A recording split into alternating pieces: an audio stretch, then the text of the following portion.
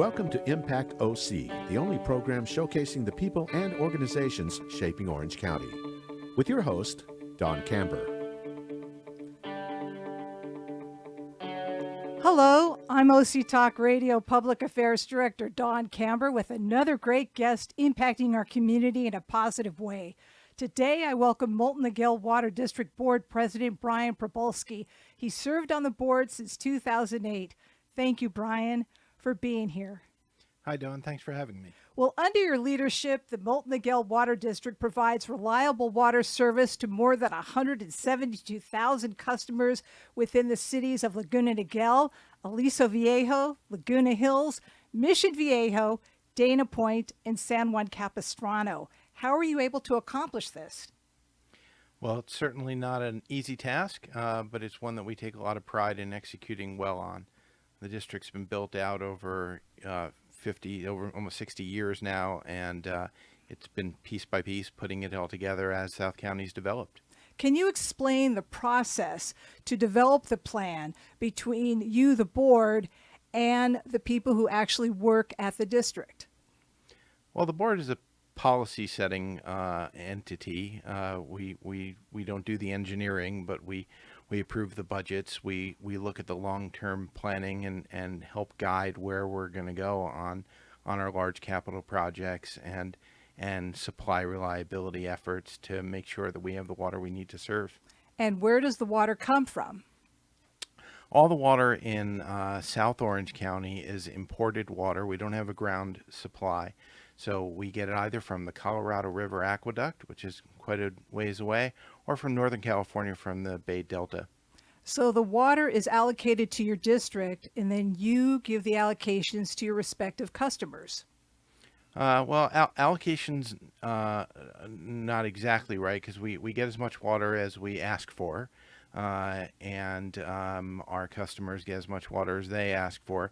We do have a structure in place so that we've identified appropriate water budgets for each of our customers, and they get a signal in pricing if they exceed those budgets, but they can use as much water as they'd like. Can you explain those budgets? Well, I can.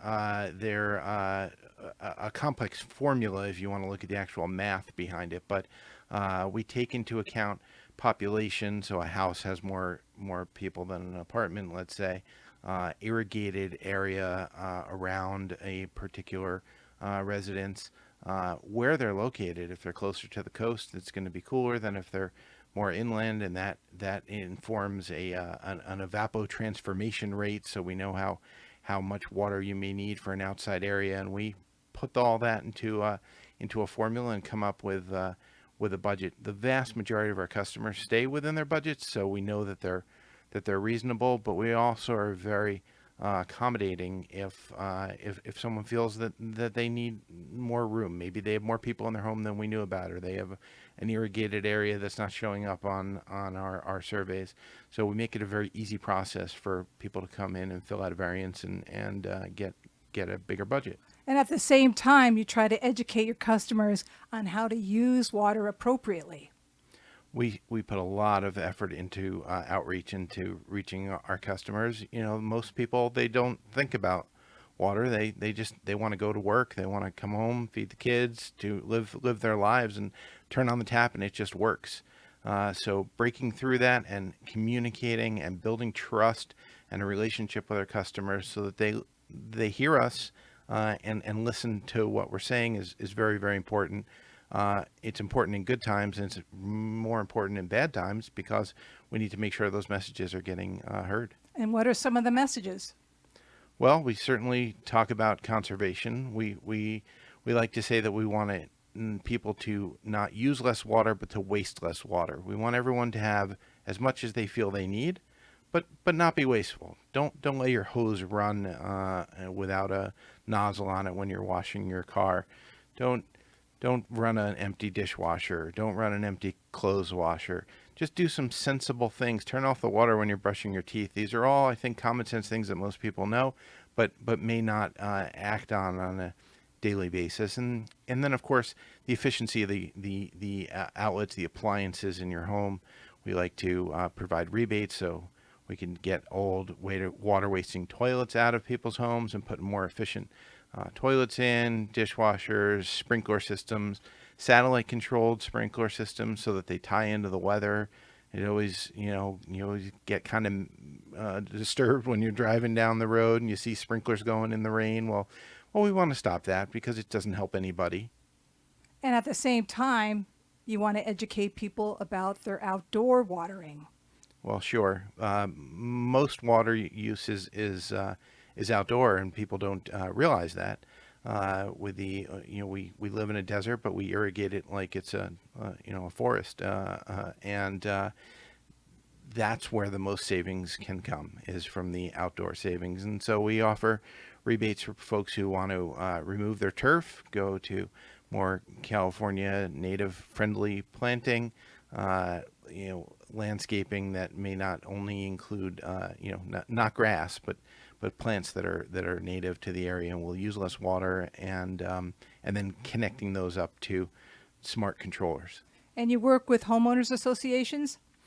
We work with everyone that will listen. Obviously, the larger users are where we're going to get the most impact. So we work with HOAs, businesses, Mission Hospital, Saddleback College, the golf courses, all the big users, and a large part of our water, over a quarter of it, is recycled water.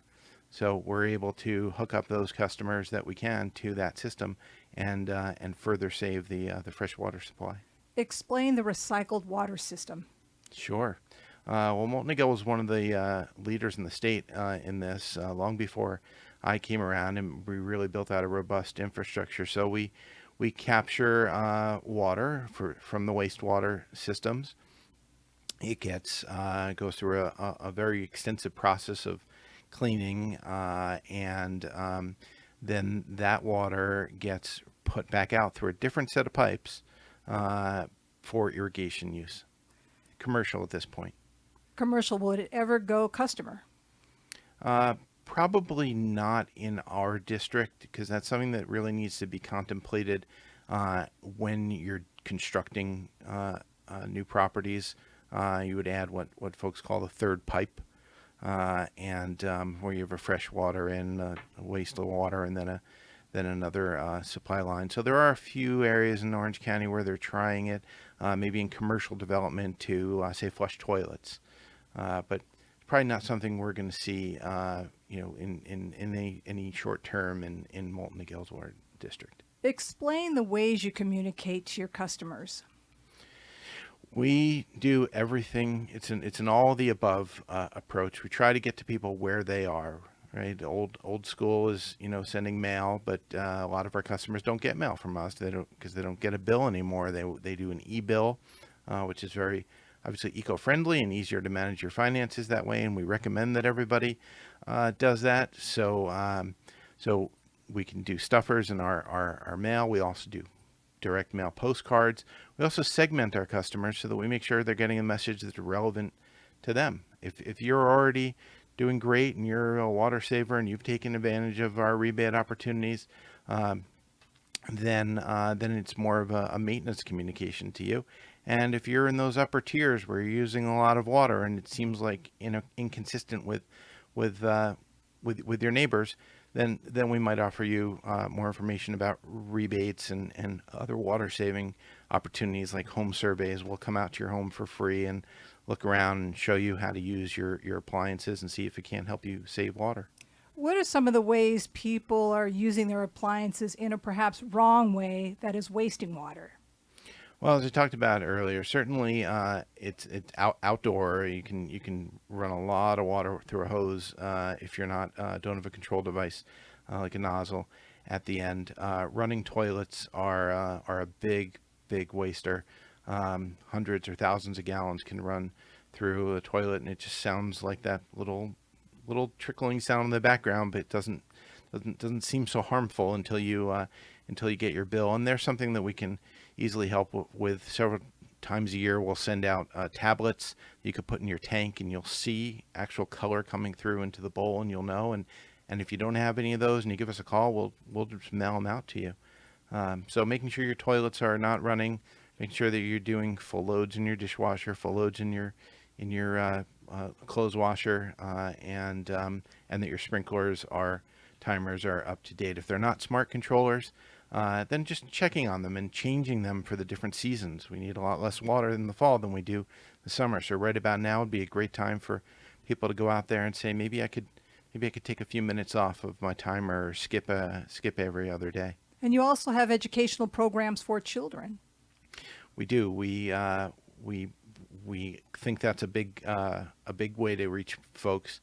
I have young children, and they go through these programs in the schools that we sponsor, and come home, and they're getting on me. You know, you're brushing your teeth, turn off the water. I'm the water guy, and I have to be reminded too. So children are a great way to get the information into the system, and get people to just live the experience in a way that's best for them, but also good for their other customers. We're in this together. The pipes don't begin and end in our district, and they don't begin and end on any individual customer's property. So if you waste water, it affects me. And there's very few other things that we deal with in our lives where it's that one-to-one, but it is. If everyone saves, then we need less water, we need less infrastructure, we can actually save money and save the ecology. Well, speaking of ecology, you also don't want the water to go to the beach, because sometimes it sends negative chemicals to the beach. Yeah, runoff is always a big problem in urban areas, and the more we pave streets and pave driveways, it's hard to capture the runoff. So making sure that and it's not legal to have runoff, but it's sometimes hard to control. So making sure that your sprinklers are tuned up and up to date, and not just having that timer run at 2 a.m. when you're asleep. Maybe once in a while, go out there and look at it. And where's the water pattern? Is it getting on the sidewalk? And can you just adjust it a little bit? And if you don't know how to do it, again, give us a call. We're going to help, because we're in this together. When is the best time to water outdoors? The best time to water outdoors? Well, it's definitely not when it's high noon, or when the sun is out, because you're going to trigger the most evaporation. So you're going to want to do that overnight, or in the very early hours when the water can soak in and have time to take care of your plants. And if someone happens to be driving and they see that there's a sprinkler on and it's going into the streets, should they contact your water district if it indeed is in that location?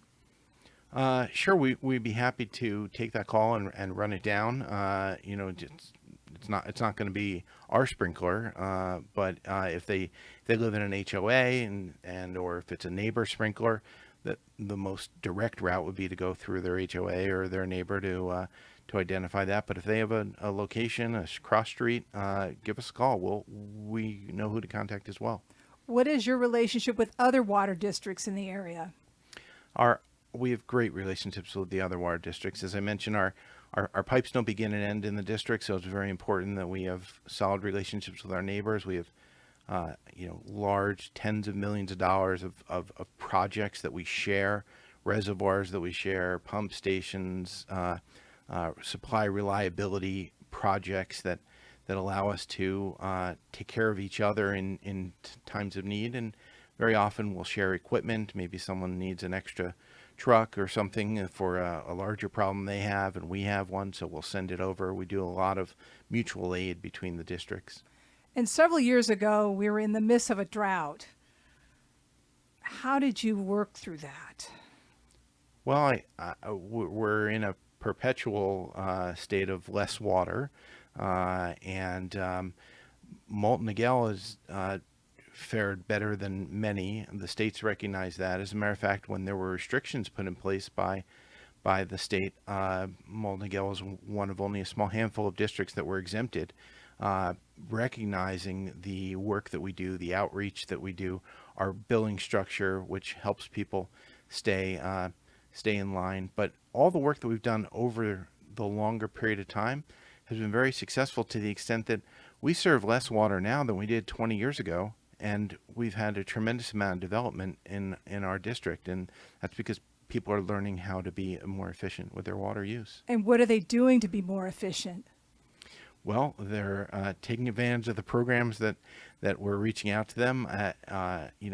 By nature, or by regulation, appliances are getting more efficient, better at working with less water, and then just taking education and using it to plant plants that make more sense, and go through all the other education and rebate opportunities that we've discussed. Would you say more and more people are watering their outdoors less due to the drought and the rebates that were offered?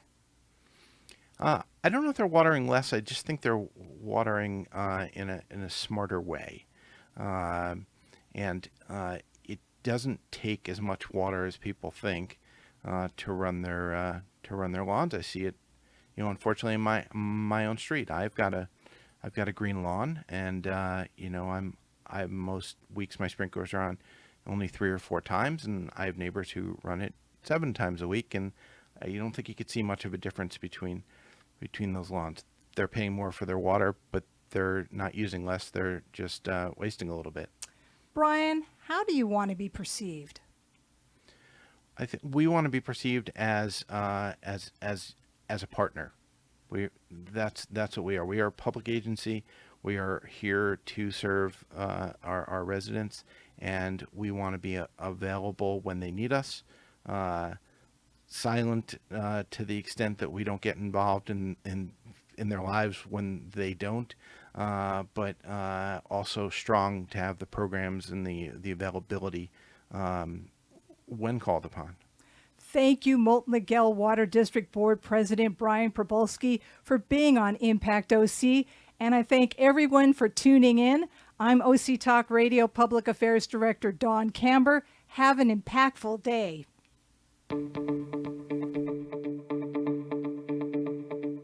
You've been listening to Impact OC, the only program showcasing the people and organizations shaping our community. Right here on Orange County's only community radio station, OC Talk Radio.